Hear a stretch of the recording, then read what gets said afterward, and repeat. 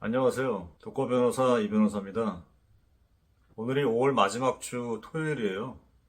지금 저녁인데 저는 저녁을 가볍게 먹으면서 지금 한잔 하고 있습니다. 지난주는 제가 외부에서 술자리가 2번 있었는데 수요일, 목요일 이렇게 연장으로 좀 과음을 했습니다.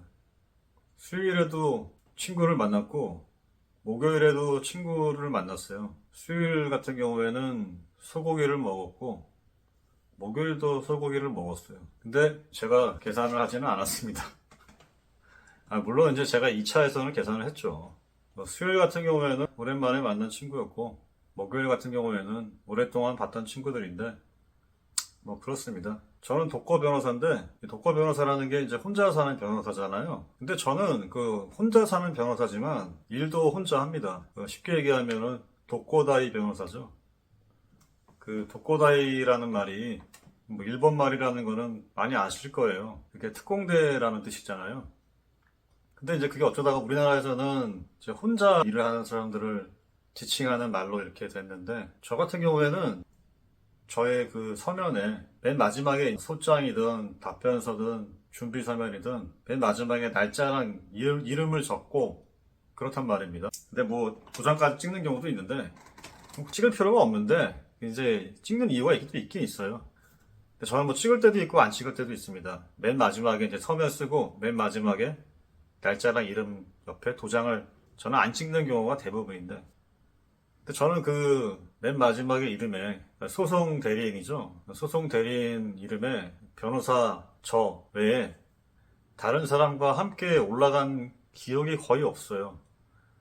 무슨 얘기냐면은 저는 민사 소송이든 형사 사건 같은 경우에도 변호인이 여러 명인 경우가 있는데, 형사 사건이건 이혼 사건이건 가사 사건, 상속 사건이건 항상 그 소송 대리인이나 변호인은 저 혼자거든요.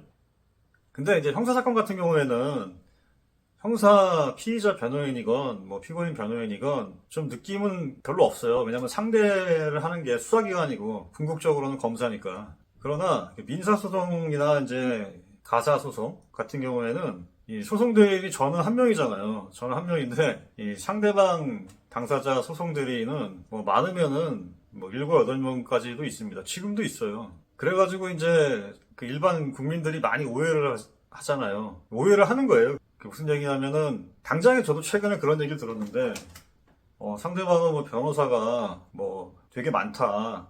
이 사건의 담당 변호사가 5명, 6명, 7명, 대형 로펌 같은 경우에도 보통 이제 3명 정도 이름 올리는데 4명.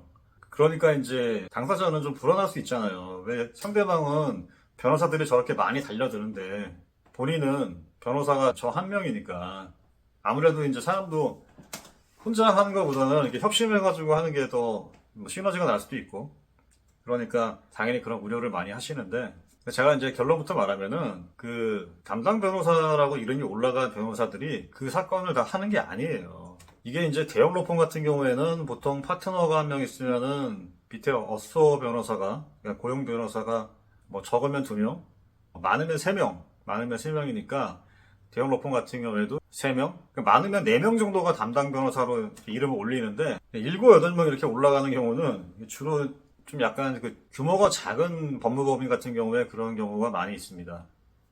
그러니까 예를 들어서 변호사 수가 한 20명 정도 되는 법무법인?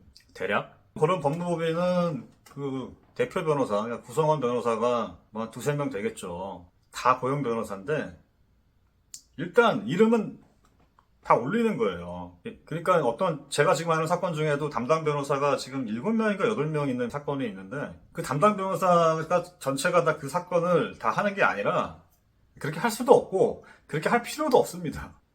그러니까 궁극적으로는 그 변호사 이름을 많이 올렸다고 하더라도, 실질적으로 일을 하는 변호사는 한 2명 정도예요. 파트너 변호사, 그 사건을 수임한, 그리고 그 밑에 고용 변호사. 한 2명이 일하는 겁니다. 그리고 실질적으로는 그 밑에 어서 변호사가 일하는 거예요, 다. 물론 이거는 좀 제가 그렇게 단정을 짓지는 않겠어요. 왜냐면 파트너 변호사도 사건을 다 파악을 해야 되니까. 물론 다 파악을 못하는 분도 계시겠지만, 그러나 이제 실질적으로 서면을 쓰고 초안을 잡고 일을 하는 변호사는 한 명입니다. 사건에 있어서 그 파트너 변호사 밑에 있는 어쏘 변호사, 고용 변호사, 월급 받는 변호사. 그렇기 때문에 그 일반인들이 만약에 소송을 할 상황이 생겼을 때 그 상대 변호사의 숫자에 대해서 민감할 이유가 전혀 없어요. 변호사 업무라는 거는 원래 기본적으로 독고다이예요.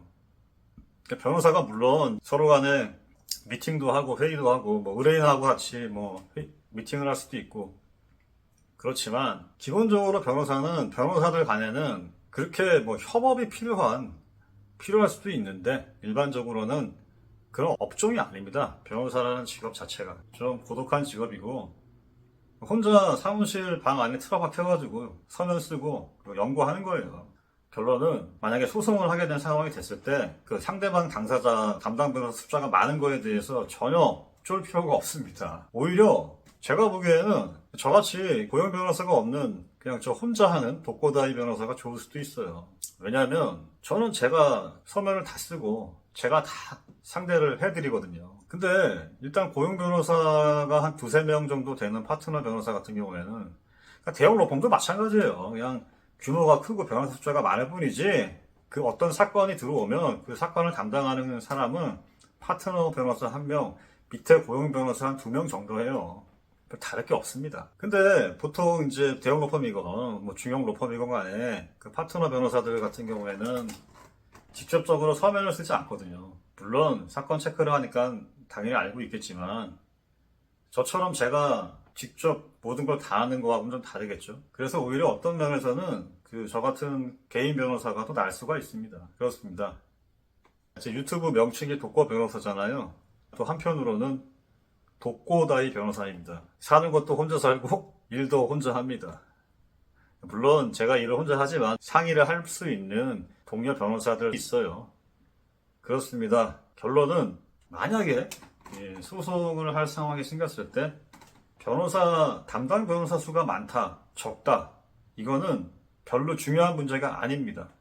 제가 지금 하는 말을 아시는 분들도 있겠지만 간혹 그 법무법인이나 법률사무소에서 담당 변호사 많이 올려가지고 우리는 이렇게 열심히 한다라는 어떤 그런 걸 보여주는 경우가 있을 수 있겠죠. 이해는 하는데 그게 진실이 아니라는 얘기를 제가 말씀드리는 거예요. 이상입니다. 동영상 또 올리겠습니다.